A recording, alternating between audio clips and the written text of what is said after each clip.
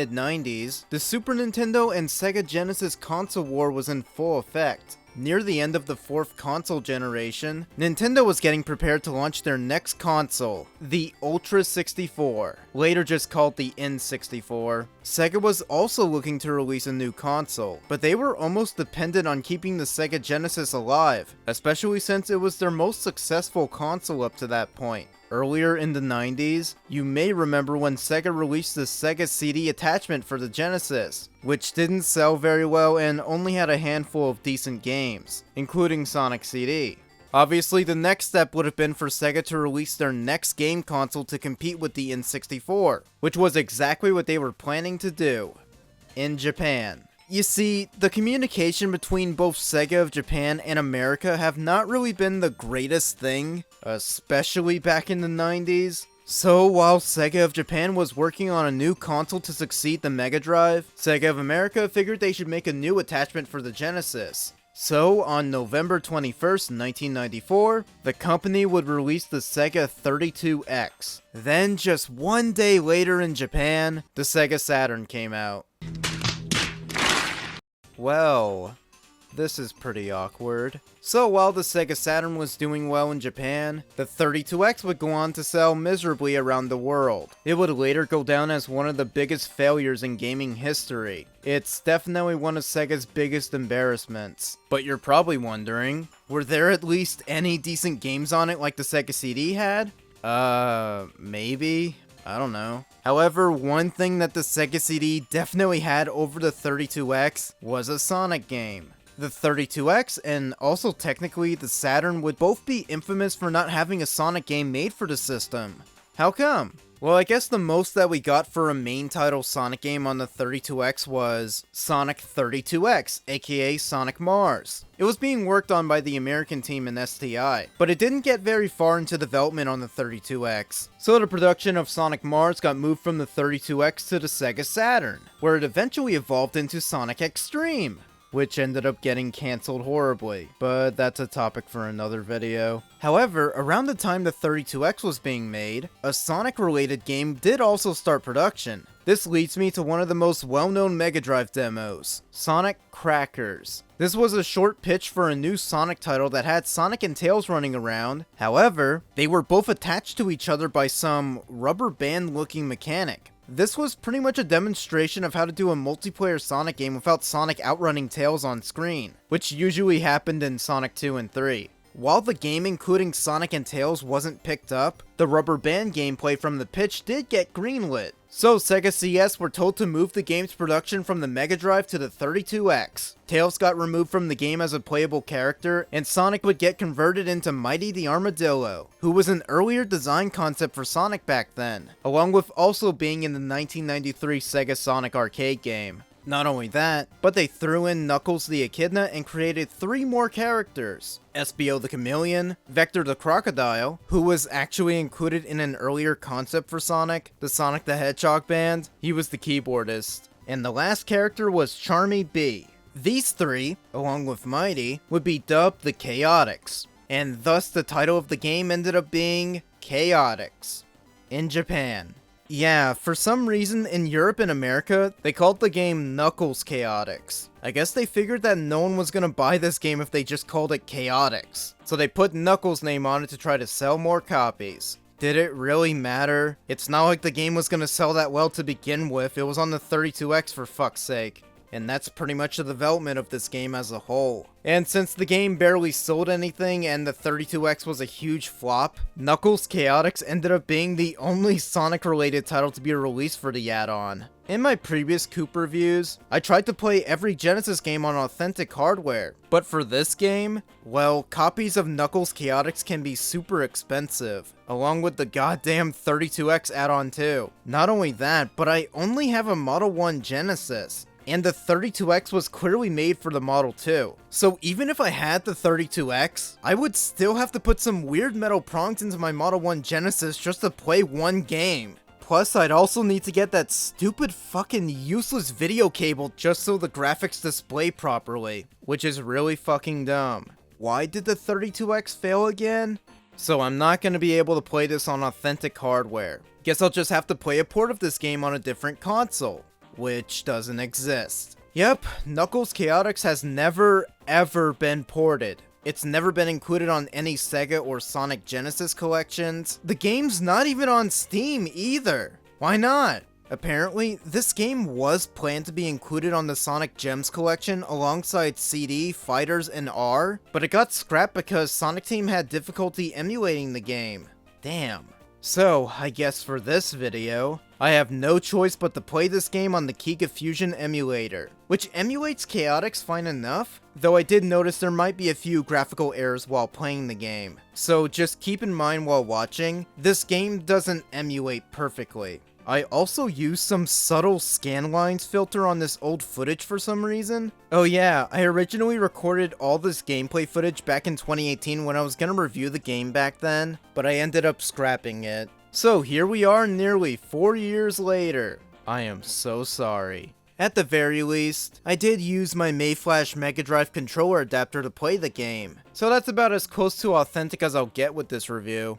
Before I delve into the game, I'm gonna pull a Cybershell for a moment and bring up the game's box art. Specifically, I just want to compliment the hell out of the Japanese box art. Look at how rad this cover looks. Holy shit, it's so godlike. If anyone at the Sonic social media team or whatever is watching right now, please sell posters of this box art on the Sega shop. I would buy 50 copies of it. I am in love with this box art. They even put it in the Sonic Encyclopedia. Bless up. Okay, let's talk about the actual game. The plot of Knuckles Chaotix, at least according to the original Japanese manual and the encyclopedia, a mysterious island ends up emerging out of the ocean, apparently due to the events of Sonic 3 and Knuckles. Eggman decides to investigate the island and ends up discovering that the giant rings from Angel Island are also on this island. Going into them helps Eggman discover the Chaos Rings, crystallized power sources of the Master Emerald. So Eggman decides to create his own Dark Rings and immediately builds the new Trevൽd High Zone, the main location of the game. Knuckles shows up to investigate what's going on, but he soon discovers that he wasn't the only one that came to see what was happening, as he finds Espio the Chameleon was captured by both Eggman and Metal Sonic. He frees Espio and teams up with the rest of the Chaotix, to which the group decides to go after Eggman and stop his evil plans. Pretty simple plot. I actually really like the connection between this game and Sonic 3 and Knuckles. I always enjoyed that kind of continuity. Oh, and by the way, the American manual completely changed the story, like all the other English manuals at the time. In that version, Knuckles is the guardian of Carnival Island, but Eggman shows up to steal the Power Emerald, which provides energy for the island. So Knuckles returns from patrol to find Espio, who he frees, and the two head off to stop Eggman. Interesting. Not too sure what this Power Emerald is. Maybe it's just a weird translation for the Master Emerald. So not too sure what the Power Emerald or the Chaos Rings have to do with one another. Quick fun fact. The Chaos Rings were originally called the Holy Rings early in development. Can you take a wild guess why they changed it? Sorry, I don't want any religion in my Sonic game. I don't mean to pull another Cybershell, but I really love the way the original Japanese manual looked. It was just so vibrant and colorful. It had so much character and creativity. It kind of breaks my heart to see that the American manual was the polar opposite. Not only changing the original plot, but it was just basic black and white, losing all of that creative flair. Pretty disappointing. But maybe if we ever get a port or remaster of this game, they can include a menu showing off the manuals like some of the game collections did. That would be pretty ideal. Alright, the gameplay of Knuckles Chaotix is one of the most conflicting topics in the series. Just like from the Sonic Crackers pitch, Chaotix consists of controlling two characters in levels, and they're both attached to each other. The way the rubber band mechanic works is that when you move one character, it pulls the other character alongside with you. And since Chaotix is still using the physics/momentum based gameplay from the previous games, whiplash can occur, leading to you getting shot left or right depending on the level design. When you first start off, the game tries to make sure you get a good idea on how the rubber band mechanic works. There's even a tutorial level you can do, but thankfully there is an option to skip it if you want. If you stand next to a character, there's a button dedicated to picking up said character. It's actually a pretty cool mechanic and it looks neat. It's also very useful for boss fights, which I'll get to later. There's even a button dedicated to keeping one character completely still. That way you can either solve puzzles to unlock doors, or build up some speed to shoot yourself forward. This gameplay mechanic is very interesting, but it's incredibly imperfect. Like I mentioned before, with the classic physics and both characters being stuck together for the whole game, this could lead to some weird, super fast-paced moments. I think the rubber band mechanic is the driving factor about how split this game's reception is. I do like the idea, but it's just the execution that makes it difficult to go back and play this game. Also, I wasn't sure where to mention this, but there's a button dedicated to unsticking your partner when they're stuck in an area, and every time you press that button, it takes away 10 rings. And even if you don't have 10 rings, it'll just make the rings go into the negatives. Yeah, negative rings. That's so fucking weird. The one interesting factor that I think almost saves the gameplay are the characters. There are 7 different characters you can play as. Knuckles, Espio, Vector, Charmy, Mighty, and there's also Heavy and Bomb, who both suck ass, but I'll get to that in a bit. Each of these characters have their own movesets to boot. Knuckles has both his glide and his ability to climb walls from Sonic 3, which are both extremely useful. He also has the spin dash, but it's super gimped in this game. I'm gonna guess they lessened the impact of the spin dash because they were probably trying to encourage the players to not spin dash everywhere and just depend on the rubber banding mechanic. Plus, the spin dash probably would have caused way more whiplash. Now for the new characters. First up is Espio, who not only looks way bigger in this game compared to nowadays, but he has the ability to run on walls and ceilings. It could be a bit tricky to pull off, but it's still super cool. He also has his own spin dash and it looks super rad. Vector, who is skinny as hell in this game, has a weird air boost he can do. It can prove pretty useful, though it is a bit strange. He also has the ability to climb on walls, though not as good as Knuckles. Vector can also spin dash, which I was honestly not expecting. Next is everyone's favorite character, Charmy, who's not only super tiny in this game, he looks like the size of an actual bee, but he has an extremely overpowered flying move. It's kind of like Tails' flying in Sonic 3, but if you just spam the jump button over and over again, Charmy could fucking zoom through these levels. It's no wonder they have you attached to another character. This bee is zooming. Seriously, if you're able to main Charmy in this game, it's quite a wild ride. The final new character worth playing as is Mighty, who's not only an obvious swap for Sonic who can spin dash, but he can also wall jump, which is neat. So if you've played Sonic Mania Plus and assumed that he had the same slam attack back in Chaotix, well, I've got some bad news. The last 2 characters are the worst ones you can get. Heavy and Bomb, who sucks so hard that they didn't even get names in the original Japanese manual. Heavy can take damage well, but he's slow as hell and hard to navigate levels with. Bomb is more agile, but he can explode upon getting hurt, which can also hurt you in the process. So yeah, fuck both Bomb and Heavy. Now you're probably thinking, if these 2 are so bad, then why don't you just never choose to play with them? Well, that's not how the game works. You see, when you boot up the game, it lets you choose which character you want to play as. Then you have to go to this little room and randomly choose a character to be paired with via a claw machine. And if you end up getting paired with a character you don't like, well, you're stuck with them until the level's over. Okay, I can sort of understand why they would want to design the character select like this, but it's also not very fair for the player to depend on this thing. So if you're playing this on an emulator, I heavily recommend using save states to either make sure you get a character you wanted, or to just make sure you don't end up getting paired with these 2 jackasses.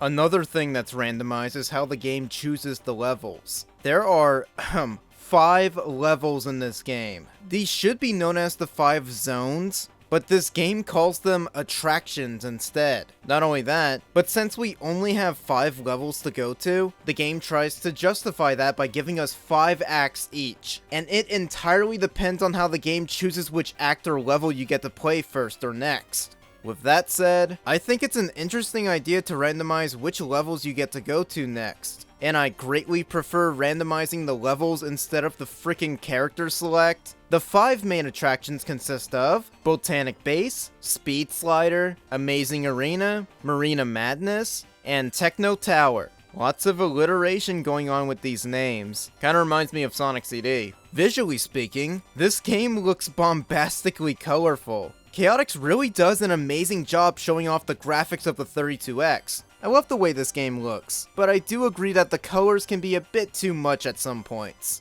Doesn't really help when you're zooming past these levels super fast, so you just see these large assortment of colors going past your screen. The level design in Chaotix is nowhere near in depth as Sonic 3 and Knuckles. In fact, it's a bit closer to how Sonic CD was designed. Specifically, the levels are super vertically structured, which I think kind of makes a lot of sense. Perhaps if the game was still designed like a normal Sonic game, it probably would have been way too easy to just hold right and zoom past all the zones using the rubber band mechanic, especially if you're using Charmy. So instead of just going right, you have to go up. This can lead to some massive levels. Just looking at the attraction maps, some of these stages can be huge. It's unreal. However, with all of these levels being very vertical, that also means that a lot of them are designed almost the exact same.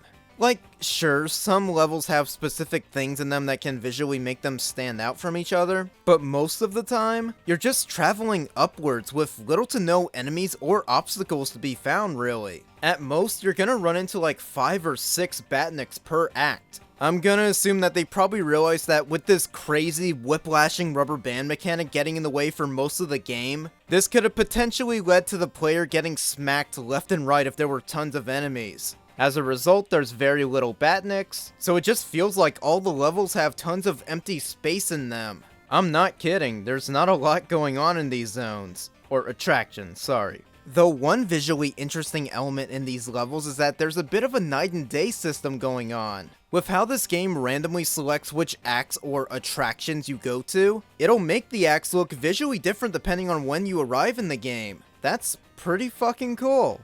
Not a lot of people know about this.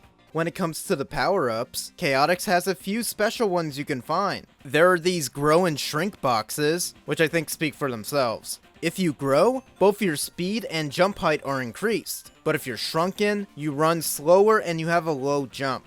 I love how these items scale the character sprites accordingly. It looks really cool. Also, Giant Charmy is hilarious. There's also the character swap boxes, which will make you switch with the character you're paired with. This is fine most of the time, just make sure you're not paired with Heavy or Bomb. There's also these character changing boxes, which will randomly change you or your partner into a different character. Again, it's fine as long as you don't end up with these two. Sadly, none of the elemental shields were brought back from Sonic 3, so we just have the standard blue shield, which has a pretty unique rotation animation now, though it can look a bit rough on emulators. There's also this combi catcher, combi, which gives you the option to choose a character yourself, but I've never been able to find it. In case you're wondering, there's also a stage select box, but you can only get that in bonus stages, which I'll mention later. So, why does Chaotix make us collect certain items just to choose which character we want to use, or which stage we want to go to next?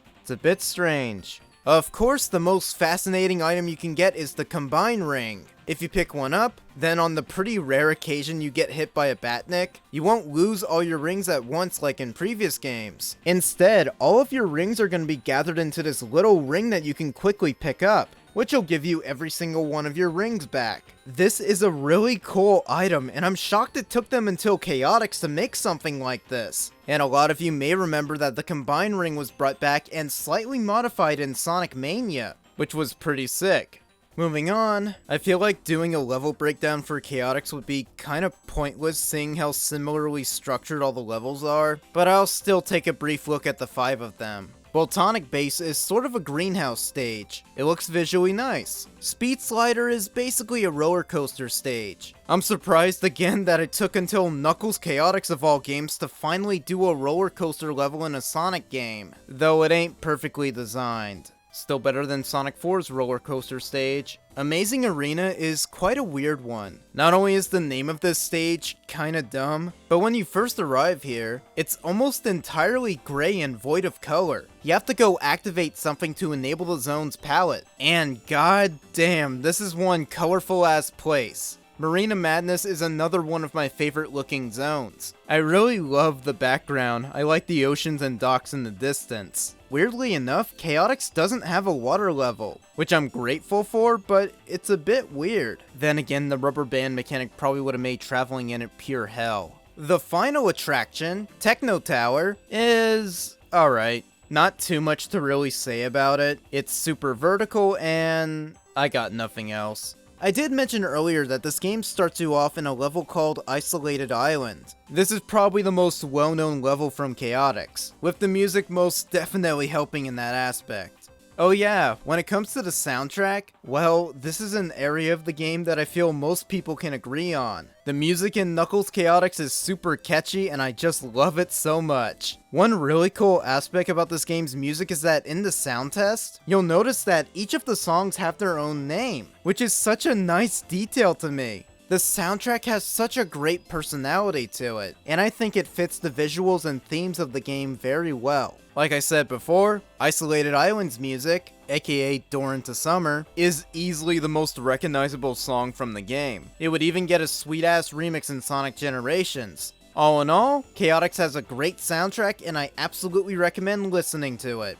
When it comes to boss fights, well, just like most of the levels, they're pretty easy. I don't know, I just don't find a lot of these boss fights too memorable. I usually just beat them in one go, and that's about it. Apart from the final boss, I'm not that into these fights. However, one super weird thing about this game is that every time you beat a boss or even die, which the latter is pretty rare to do, the game causes this weird trippy ass transition to happen. It's such a strange visual. What happened to just fading to black or something like that? What the fuck? What made them think that this would be the best transition to use? Yay, we won! What do we do now that we beat the boss, Vector? The same thing we do every time we beat a boss, Charmy. Lots of drugs! But like I said, the final boss is the only actual boss fight that I kinda liked. Metal Sonic basically transforms into this precursor of his Metal Overlord form, Metal Sonic Kai, which looks pretty badass. It's the one boss fight that I actually had fun fighting against. Still a bit too easy, but it's an alright final boss. Obviously, Sonic Mania Plus would later pay homage to Metal Sonic Kai, with its own updated Metal Sonic boss fight in Stardust Speedway, which was pretty cool. Of course, there are good and bad endings you can get. To get the good ending, you gotta go to the special stages, just like the previous games. But instead of Chaos Emeralds, you're going after the game's Chaos Rings. To get to the special stages, it's the exact same as Sonic 1 and CD, where you have to at least collect 50 rings and get to the end of the level, then jump into the ring at the end. There are hidden special rings you can find in levels, but they only take you to the bonus stages. The bonus stages are interesting? You basically free fall into these 3D areas, trying to grab extra items and whatnot. It's pretty decent. When it comes to the special stages, I'm not gonna lie, I really like them. They're basically 3D areas where you have to run forward and collect a certain amount of blue spears before time runs out. Not only are you racing against time, but there's also obstacles like spikes to look after, and you gotta do a bit of platforming too. For the 32X, these graphics are really well done. This is such a really unique special stage for this series to pull off. Something you may have noticed is that in order to get more time, you gotta collect rings. Yeah, the rings give you more time, which is also an idea that Sonic Mania special stages would bring back too. Super cool callback. There's a very solid amount of challenges in these stages, and by the last few, I had to keep using save states in order to beat them. I really love these special stages, and I would kill to see what a Christian Whitehead remaster would make them look like. Or maybe we can get a Chaotix Air of some sort. Who knows? Before I mention what happens in the good ending, I should seriously talk about the bad ending first. Chaotix's bad ending is notorious for how bleak it is. If you beat the game without getting all the Chaos Rings, during the credits, you'll be subjected to this hellish visual of everything on fire, with Metal Sonic Kai hovering over the destruction. What the hell kind of ending is this? I think Cybershell summarized it best, but imagine being a kid playing this game for the first time, you finally beat the final boss, and this is your reward. That's freaking nightmare fuel. The music in the bad ending is also very haunting to listen to. It greatly enhances the mood like the rest of the game's soundtrack, but maybe a little too well. Okay, as batshit fucking crazy as the bad ending can be, when it comes to the good ending, it's kinda lame. When you beat the final boss with all the Chaos Rings, it'll just show all of them rotating on screen, with some text saying, "Cool." Then the credits roll with the Chaotix together, along with a quick cameo of Sonic and Tails. That's about it. There's not really anything else besides this. Though there is some cut content that might have hinted to a better good ending, like there's a Super Sonic sprite that you never see in the game, but whatever it was, it got scrapped. It's nice to see Sonic and Tails make an appearance, but we still don't get to play as them? Oh well. Wait a fucking minute, are Sonic's legs skin colored? What the hell? Well, that's about all the main game content to be found in Chaotix. This game does have cooperative multiplayer, meaning both players can control the characters. It sounds like complete hell, but if you guys want to give that a shot, then go nuts. There's also a very interesting Easter egg you can find in this game. If you go to this game's color test and adjust it properly, then if you go to the sound test, it'll give you a cute little cameo of Rosie. Yup, they snuck Amy Rose in this game, and now she can dance along to the music you play in the sound test. And good to see that Amy and I have the same opinions about this game's soundtrack. And that's basically all of Knuckles Chaotix that I have to talk about. As a whole, it's a weird fucking game that both looks and sounds incredible. There are aspects and ideas that I really love about this game, but the rubber band mechanic is very sloppily executed, the level designs are kinda basic and repetitive, apart from the final boss, every other boss fight is forgettable, and the game pretty much has no replay value. It's just another strange oddity in Sonic's history of games. It definitely has its fans, and I'm still debating if I'm even one of them. I really wish that there were more ports or versions of this game for me to talk about, or just add more in general, but I really can't think of anything else. Like I said at the start of this review, Chaotix has never been ported anywhere. And along with the rest of the 32X library for that matter, I'm gonna assume it's either because Sega doesn't want to acknowledge the 32X anymore, or maybe emulating 32X games really is just tricky to figure out.